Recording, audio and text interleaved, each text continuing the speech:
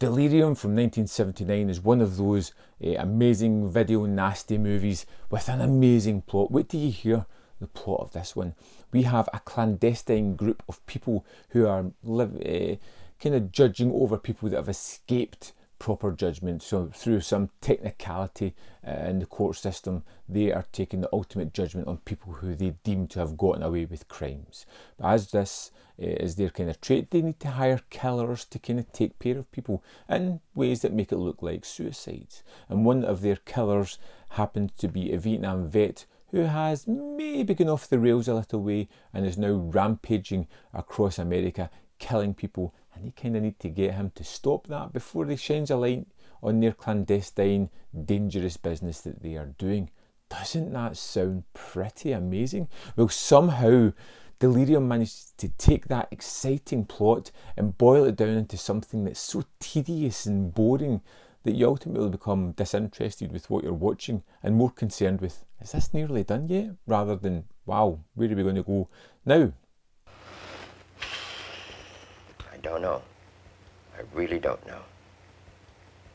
Now, when the movie opens up, we get our kind of Kojak reject actor who is an ex-military person who has created this group. Now, he's drawn in wealthy businessmen to help him and finance him. All people who've had some kind of traumatic experience or something happen to a member of their family, so he can get comeuppance for them and draw them into their web of deceit. And we kind of follow our main killer as he is being tracked down by the police. I'm sorry I can't help you, but... Mr. Andrews, we have one hell of a brutal murder on our hands. I'm afraid the only lead we have ends right here in this office.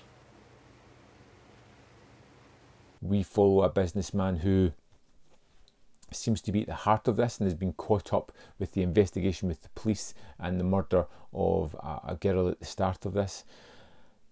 And it just kind of goes downhill from there. It becomes deeply, deeply uninteresting a lot of the time as we follow this killer as he just stumbles across people and murders them.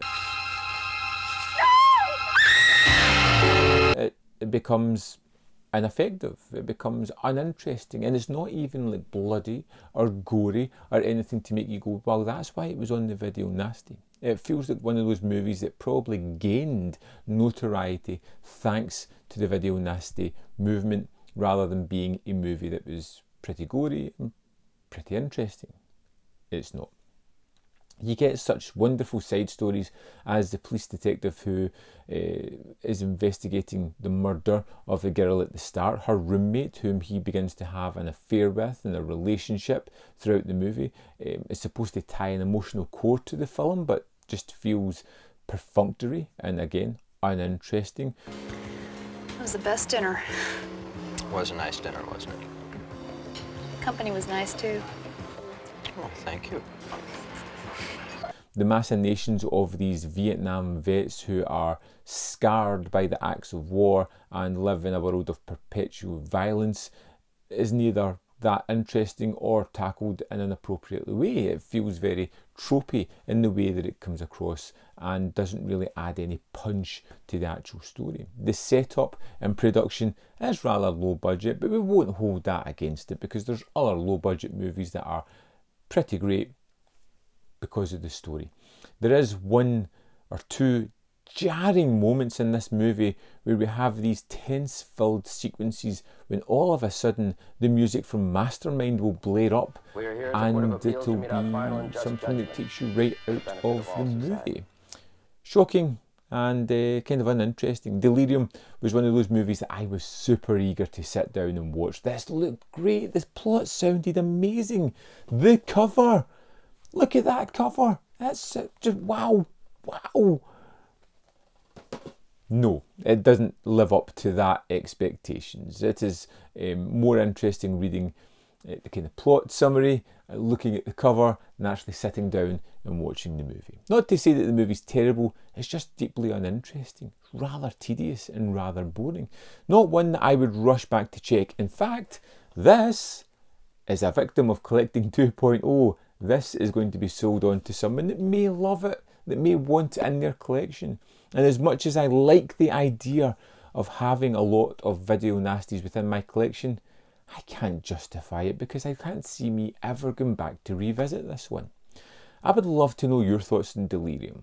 Have you seen it before? Did you see it during the era where it was notorious?